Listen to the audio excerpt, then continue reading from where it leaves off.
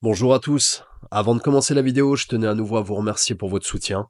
Vos abonnements, likes et commentaires sont comme autant de petits coups de pied au cul qui me motivent à avancer sur cette longue route sinueuse de YouTube. Alors n'hésitez pas à me botter les fesses, c'est pour la bonne cause. En fin de vidéo, je prendrai une minute pour vous parler de la suite des opérations. Pour ceux qui débarquent, bienvenue à vous. Ceci est la quatrième et dernière partie de mon livre audio illustré, L'avènement des voraces, Hammer Mike. Pour commencer depuis le début, il vous suffit d'aller dans la playlist associée. Bon, prêt pour le bouquet final ? Prenez de quoi vous hydrater en ces temps caniculaires, installez-vous confortablement et laissez-vous porter par le son de ma voix. Bon visionnage.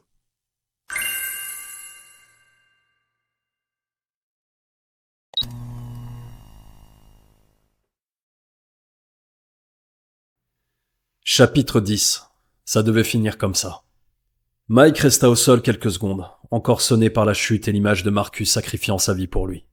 Il fut ramené à la dure réalité par les bruits des voraces grouillant maintenant sur le toit et tout autour du bar. Se relevant péniblement en s'appuyant sur son hammer, Mike rejoignit O'Connor, assis au comptoir, le visage ensanglanté, sirotant au goulot une bouteille d'un vieux whisky irlandais. Les fenêtres de la pièce étaient calfeutrées par des planches de bois. Des éclats de verre brisés jonchaient le sol du bar transformé en hôpital de fortune. Et plusieurs cadavres de Wrongways n'ayant pas survécu au premier assaut de Narcos étaient disposés en ligne le long du mur. Leur dernier refuge avait tenu bon face à l'apocalypse.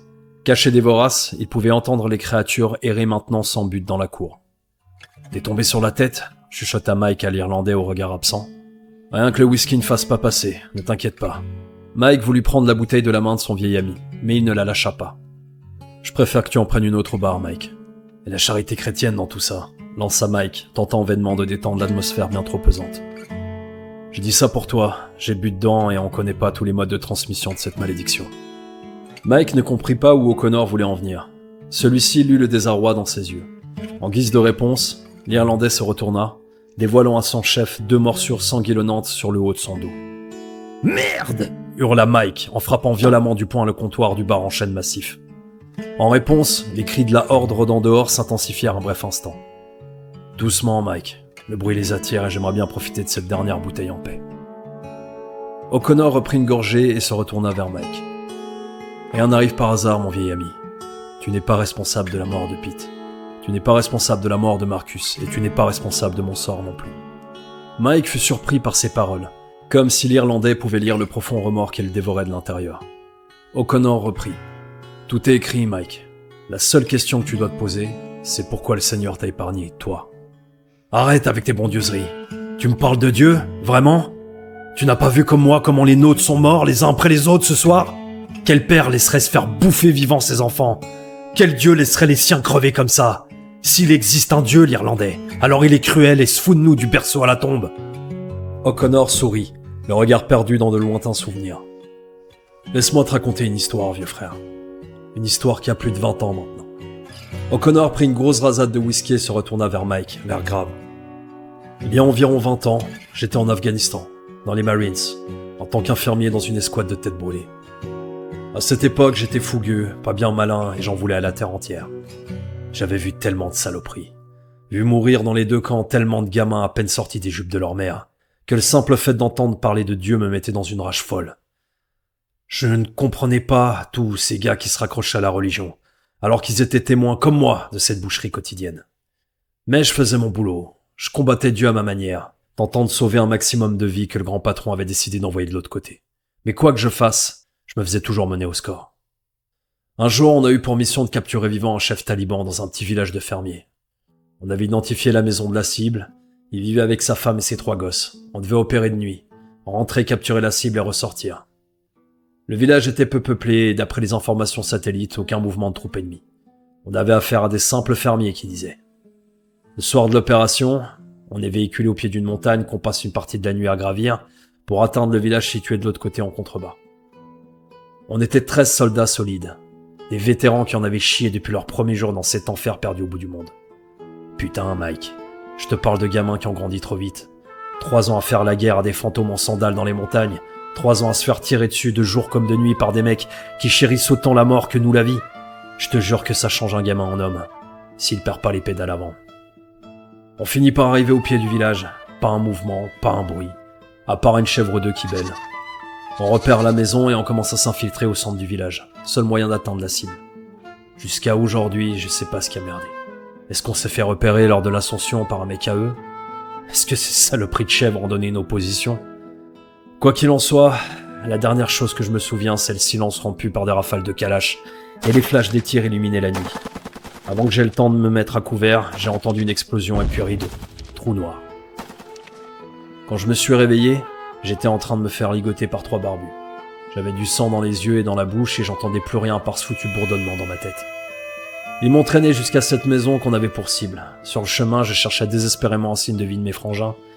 Mais partout où je posais les yeux, je voyais que les miens, morts. J'ai appris peu après par leur chef qui baragouinait notre langue que j'étais le seul survivant. O'Connor fit une pause, s'alluma une cigarette et en tendit une à Mike avant de reprendre une grosse rasade de whisky. Je m'attendais à me faire torturer et exécuter devant une vieille caméra histoire de marquer le coup contre le grand méchant envahisseur. Mais à la place, ils ont soigné mes blessures et m'ont donné à boire et à manger. Le soir même, tout le village se déplaça dans les montagnes, moi y compris. Ils devaient sûrement avoir peur des représailles. Mais avant qu'ils me mettent un bandeau sur les yeux, j'avais compté une 40aine d'hommes, femmes et enfants qui semblaient porter toute leur vie sur leur dos. Et on est parti comme ça pendant 2 jours de marche. 2 longs jours à marcher dans les chemins escarpés, les yeux bandés et les mains liées. À chaque fois qu'on s'arrêtait, je m'attendais à prendre une balle dans la tête. Mais non. Les hommes s'arrêtaient pour faire leurs prières, par petits groupes, les uns protégeant les autres pendant leur adoration. De temps en temps, on me donnait à boire et à manger, et un gosse se rapprochait de moi pour me toucher du bout du doigt, rire et s'en aller en courant. J'ai eu longtemps honte de l'admettre, Mike, mais une partie de moi admirait ces gens. Ils résistaient à l'armée la plus puissante du monde avec 2 bouts de ficelle et quelques armes soviétiques, confisquées à l'ancien envahisseur russe qui s'était lui aussi cassé les dents plus d'une fois sur leur détermination à survivre et protéger les leurs. C'était des gens simples, Mike, qui voulaient simplement survivre et préserver leur mode de vie, aussi incompréhensible qu'il pouvait être pour nous.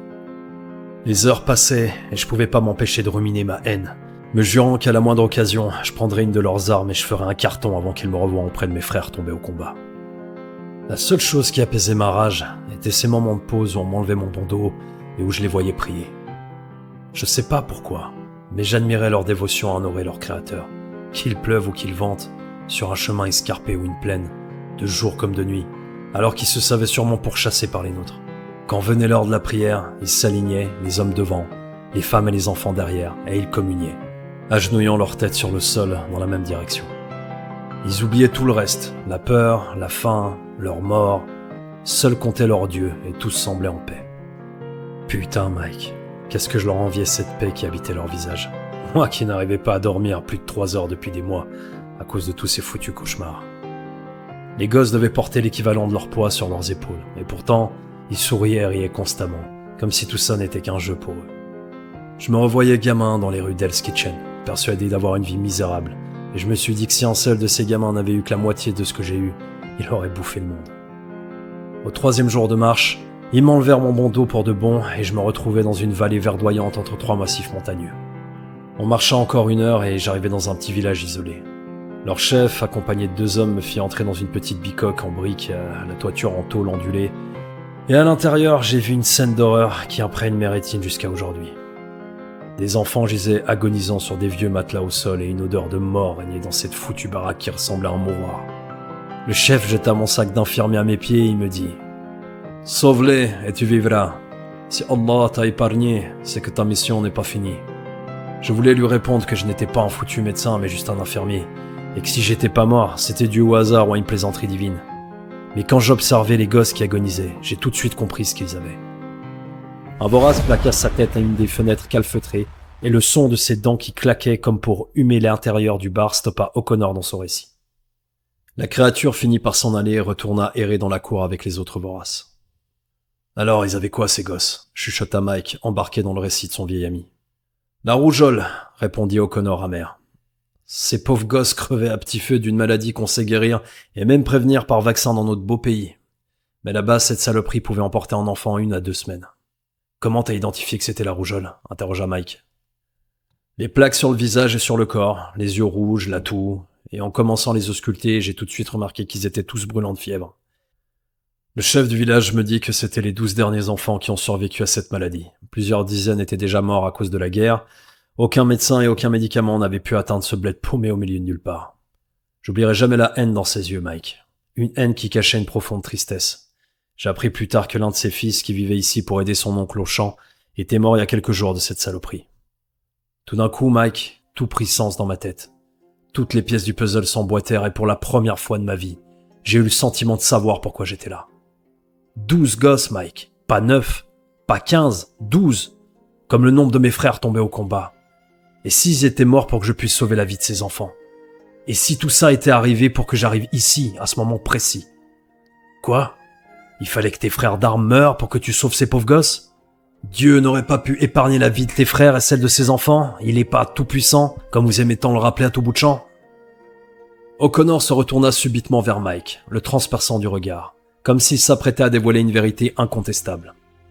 Mike, il n'y a aucun doute de sa toute-puissance, et qu'il n'y a pas une feuille qui tombe d'un arbre sur cette terre sans que cela soit sa volonté. Mais dans sa grandeur, il nous a donné le libre arbitre, afin de nous laisser faire des choix, qui détermineront à la fin si nous sommes dignes de son amour et de sa récompense. Que Dieu pardonne à mes frères tombés au combat.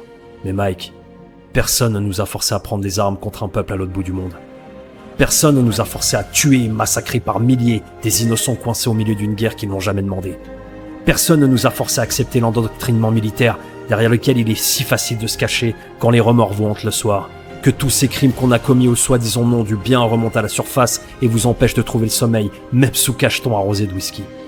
Si mes frères sont morts, et si ces gosses sont morts aussi, privés de soins, ce n'est pas la faute de Dieu, mais bien des hommes qui ont pris une succession de mauvais choix et qui ont causé souffrance, mort et destruction. Mike remarqua que les mains de l'Irlandais commençaient à trembler et que son teint devenait livide. Mais ce qui l'inquiétait le plus, c'était ces veines noires qui se formaient sur son visage, comme si un poison le consumait de l'intérieur. Il n'en avait plus pour longtemps avant de se transformer. « Et ces gosses, t'as pu les sauver ?» J'ai fait avec les moyens du bord. J'ai appliqué des mesures pour faire baisser la fièvre. Je leur ai fait des infusions à base d'ail, de gingembre et d'écorce de saule, des antireptiques et anti-inflammatoires naturels. Et ça a suffi?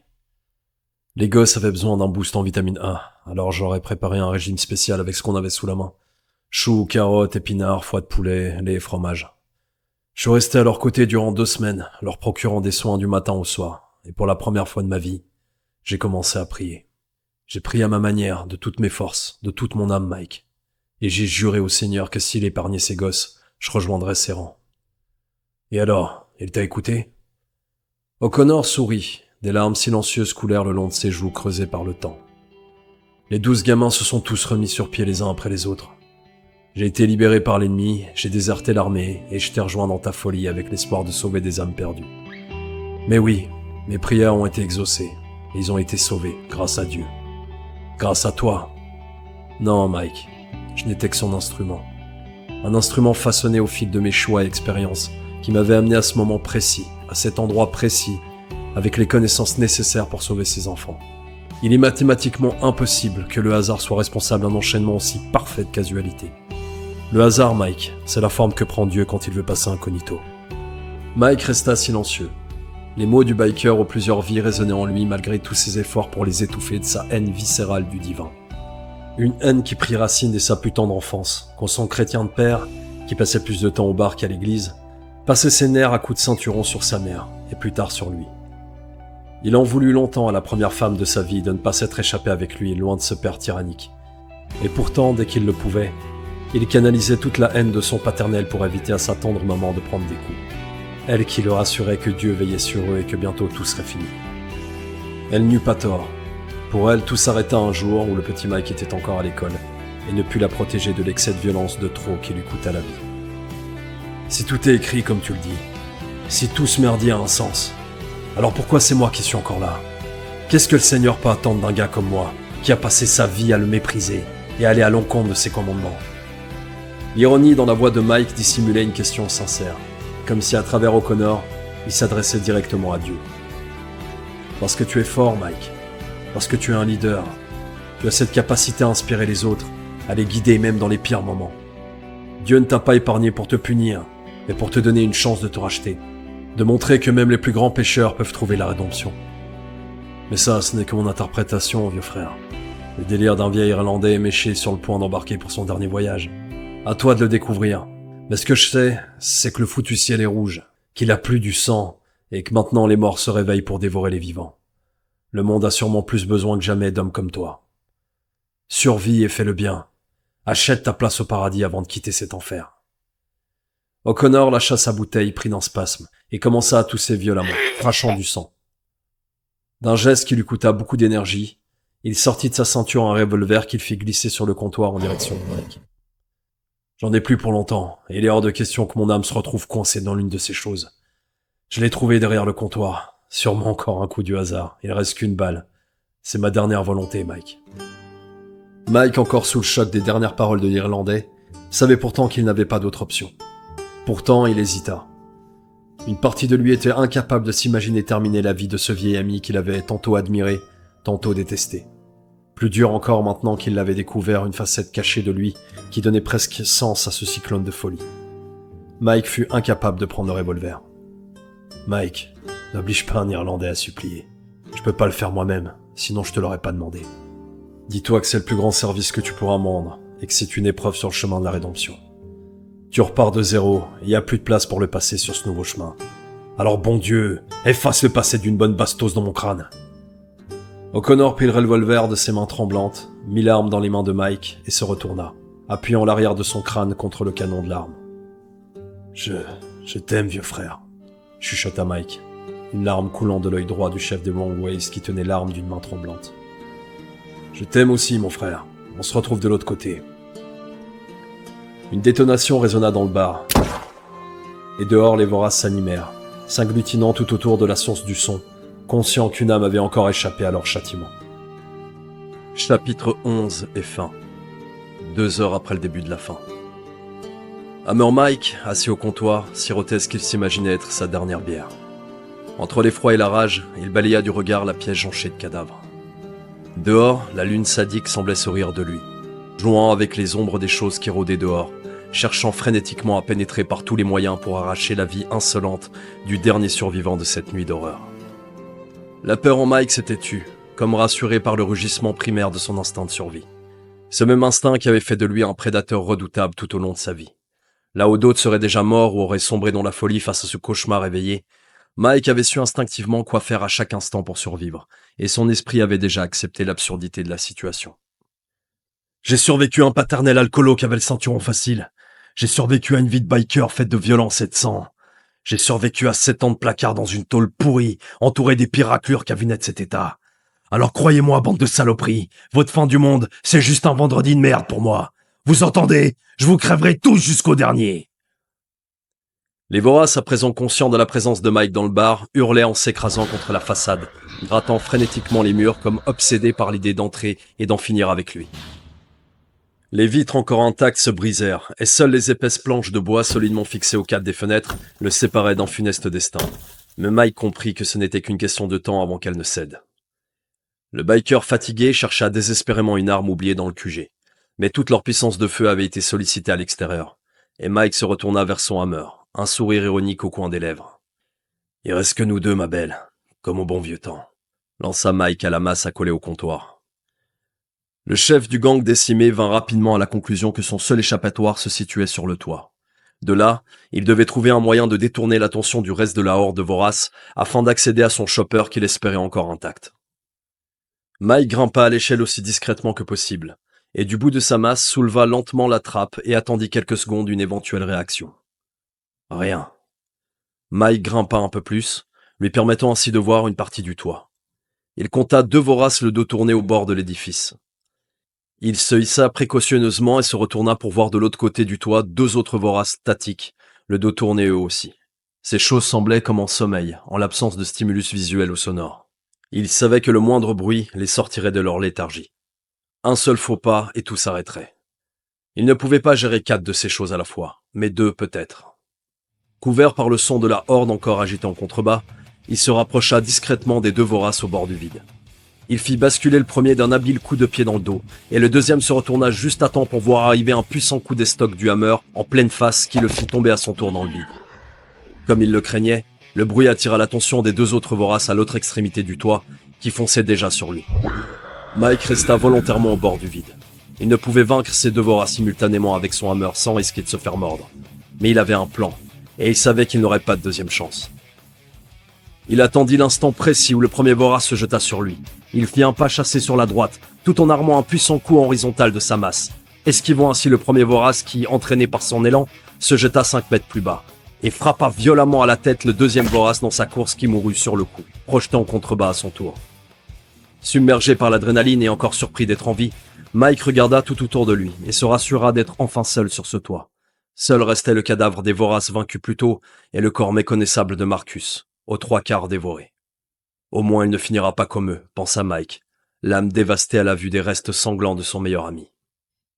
Mike inspecta les fusils d'assaut au sol rescapés de la précédente bataille, mais ils étaient tous vides, à l'exception d'un, contenant une dernière balle dans le chargeur. Les hurlements de la horde en contrebas attirèrent l'attention du chef des WW, qui pencha prudemment la tête, bientôt horrifié par ce qu'il voyait. La horde initiale d'une centaine de créatures, réduite maintenant de moitié environ, l'avait repéré et recommençait son ascension. Mike analysa la situation à la vitesse de la pensée. S'il redescendait dans le bar, il n'aurait pas de deuxième chance d'accéder au toit. Les voraces finiraient par pénétrer le QG et le dévorer. Malgré le réconfort d'avoir accès à une sélection d'alcool de premier choix pour célébrer ses derniers instants, cette idée le terrifiait. Mais s'il restait sur ce toit, il n'était pas sûr d'être en mesure d'empêcher seul, armé de sa masse, ces choses de grimper et d'en finir avec lui de la plus horrible des façons. Une troisième option vint alors à lui. Mike regarda le fusil contenant une dernière balle à ses pieds. Rien n'arrive par hasard, hein, l'Irlandais. Mike fut pris d'un fou rire de désespoir face à l'ironie de la situation. Jamais de sa vie il n'avait pensé à mettre fin à ses jours. Même durant ces 7 années d'enfer dans cette prison lugubre, entourée de détraqués. Il n'avait jamais perdu espoir, réchauffant son âme de cette haine animale qui l'habitait depuis le meurtre de sa mère. Son instinct de survie lui interdisait même de songer un instant à cette sortie de secours empruntée seulement par les faibles qu'il méprisait plus que tout. Mais à cet instant, son cœur flancha. Il était fatigué, épuisé de se battre pour survivre depuis tant d'années. À quoi bon ? Les siens étaient tous morts, sa deuxième famille décimée et aucun espoir à l'horizon. Les mains des premiers voraces atteignaient maintenant les bordures du toit. Dieu, je sais que tu existes maintenant. Je crois qu'en vrai, j'ai toujours su. Je suis fatigué de me battre. Je sais que je vais sûrement cramer pour l'éternité pour ce que je m'apprête à faire et pour tout ce que j'ai fait avant. Mais si tu m'as fait survivre à ce cauchemar pour me voir m'humilier sur ce toit et me faire me repentir avant de me faire dévorer vivant, je suis désolé. Mais pour une fois dans ma vie, je vais choisir la lâcheté. J'ai merdé toute ma chienne de vie. Je t'en voulais personnellement d'avoir pris la personne qui comptait le plus pour moi. Et maintenant tu as pris ma deuxième famille. Ça doit être mon châtiment ou un truc du genre. Et j'ai pas d'autre choix que de l'accepter. Pour ce que ça vaut, je te demande sincèrement pardon pour tout le mal que j'ai fait. Mais Dieu, j'en peux plus de souffrir. J'en peux plus de survivre. Je suis fatigué de me battre. Mike chargea l'AR-15, se mit à genoux et colla son menton contre le canon, le doigt hésitant sur la gâchette. À quelques mètres de lui, le premier vorace était sur le point de se hisser sur le toit. Mike voulait céder, appuyer sur cette gâchette et en terminer une bonne fois pour toutes avec la souffrance, quitter la folie de ce nouveau monde. Mais une force invisible retenait son doigt tremblant, cette même force qui l'avait poussé à survivre toute sa vie, cette même énergie qui le rendait plus fort là où d'autres auraient sombré dans le désespoir. Cette foi de survivre juste un jour de plus, qui le poussait de l'avant depuis tant d'années, refusait que son histoire se termine ainsi. Le premier vorace atteignit le toit et fonça sur Mike, encore à genoux sur le point d'en finir. Rien n'arrive par hasard. Dieu t'a épargné toi, Mike. À toi de comprendre pourquoi. Murmura Mike à genoux, répétant les dernières paroles de l'Irlandais en boucle, comme si son âme soufflait de toutes ses forces cette dernière braise de survie qui brûlait en lui. Comme sorti d'une transe, le regard animé d'une nouvelle force destructrice, Mike retourna son fusil et abattit le vorace qui fondait sur lui d'un tir à la tête. Mécaniquement, il se releva, attrapa sa masse et commença à fracasser les crânes des voraces qui se hissaient sur le toit de toutes parts. Possédé par une rage de vivre nouvelle, Mike combattait comme un lion blessé et acculé, repoussant de toutes parts les voraces qui se hissaient les uns après les autres. Mais la fatigue commença à engourdir ses bras endoloris, et ses coups perdaient en rythme et en précision. Un bruit de moteur rugit dans l'horizon rougeâtre. Mike aperçut sur la route nord un véhicule militaire arriver à pleine vitesse dans sa direction. Il hurla pour signifier sa présence au conducteur, tout en continuant à repousser les voraces qui étaient sur le point de déborder. Le véhicule vira brusquement vers le bar à pleine vitesse. Mike eut à peine le temps de faire un saut en arrière, avant que le Hummer percute la horde monstrueuse, fracassant l'une des façades, faisant s'écrouler l'amas de créatures comme un château de cartes. « Mike, je vais les attirer au sud. Prends un véhicule et retrouve-moi dans la cabane de chasse au nord. »« Amat ? Bordel, Amat, c'est toi ?»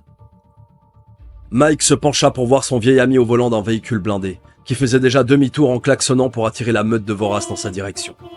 Le véhicule fit une marche arrière et un demi-tour brusque avant de prendre la route sud, attirant l'entièreté de la horde avec lui. Mike resta assis en silence quelques secondes, observant le Hummer s'éloigner au loin, poursuivi par une quarantaine de voraces hurlants, encore ébahis par la scène qu'il venait de vivre. Mike leva les yeux au ciel et sourit.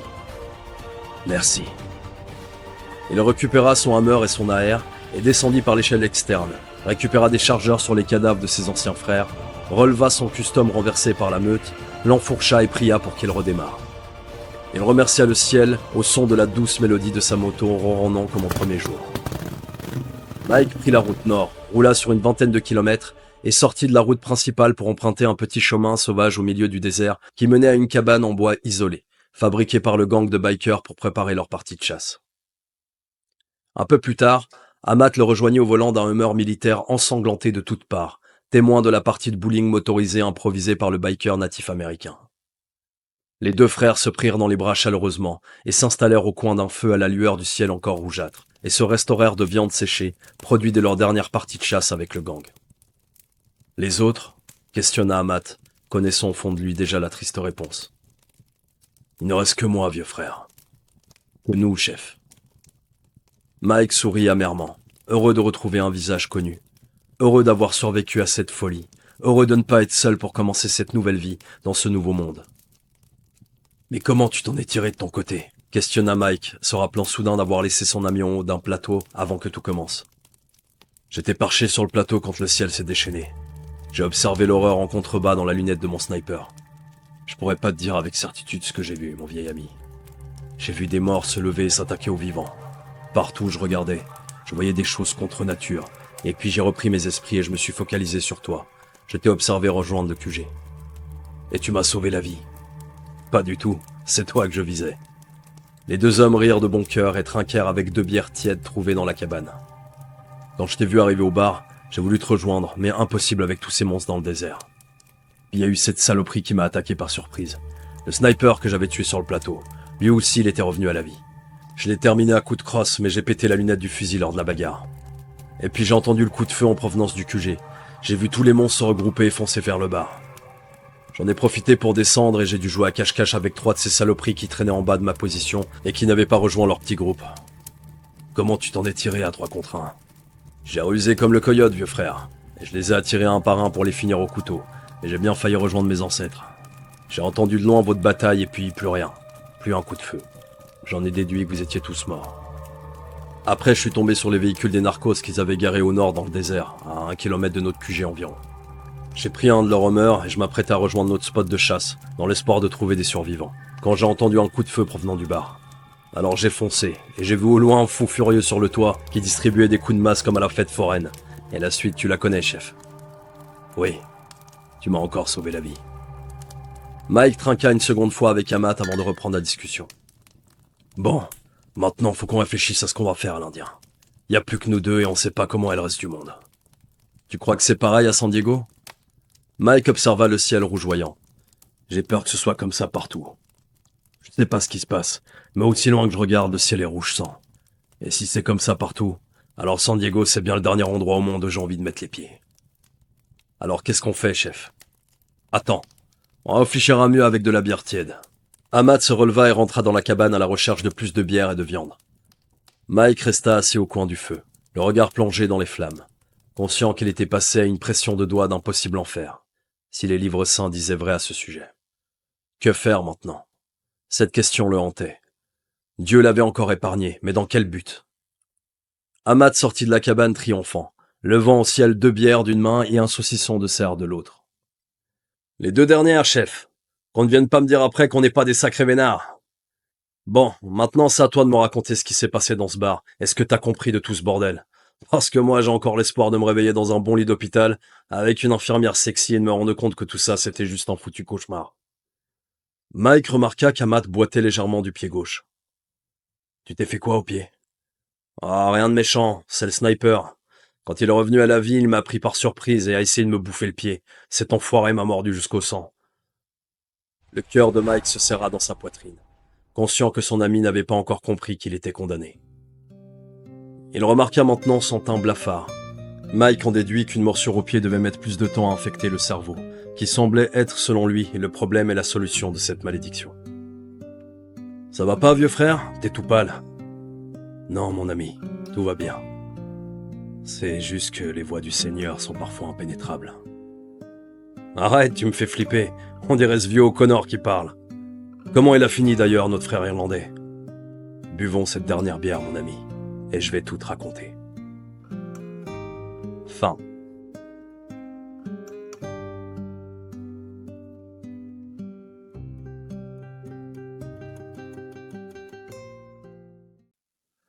Et voilà, mon premier gros projet enfin terminé. Pour vous, c'est simplement quelques vidéos de plus sur YouTube que j'espère vous aurez appréciées. Pour moi, c'est la concrétisation de plusieurs dizaines d'heures de travail acharné, de l'écriture en passant par le montage, ce qui inclut les centaines d'images à créer sur Midjourney, et la narration, en passant par la miniature. Car oui, Isaiah Project, c'est un mec seul, qui fait tout de A à Z avec amour et passion. Et oui, je parle de moi à la troisième personne, parce qu'on m'a toujours dit que dire moi-je c'était trop prétentieux. Bref, si vous m'écoutez à cet instant, c'est que vous êtes sûrement allé au bout des 4 vidéos de l'avènement des Voraces Hammer Mike, et pour ça, 1000 merci.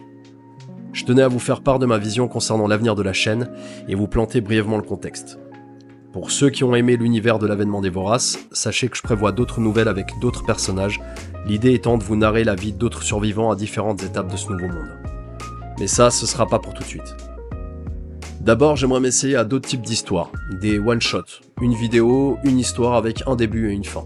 On garde le même procédé, une histoire illustrée avec quelques effets sonores et musique, histoire de rendre le tout plus vivant. Je me mets le défi de sortir une vidéo par mois. Je parle de défi car de l'écriture au montage, ça me prend énormément de temps d'accoucher d'une vidéo. Et le temps, mes amis, c'est bien ce qui me fait défaut. Comme la plupart d'entre vous, j'imagine, j'ai un boulot qui me prend plus de 150 heures par mois, et à côté de ça, je suis aussi un mari et père de famille, ce qui fait que je peux bosser sur la chaîne que lors de mes rares moments de solitude. Mais sachez une chose, je prends ce nouveau projet très à cœur, et je passe 90% de mon temps libre dessus. Les 10% restants étant partagés entre gaming, films et séries, histoire de mettre le cerveau au repos et éviter la surchauffe. Ah oui, et je pars aussi en vacances quelques jours, donc on part sur le mois de septembre pour la prochaine vidéo. Encore merci à vous pour faire vivre cette chaîne. N'oubliez pas, ce sont vos abonnements, vos partages et vos likes et vos commentaires qui me feront level up et je suis encore loin du endgame, alors je compte sur vous. Merci à vous.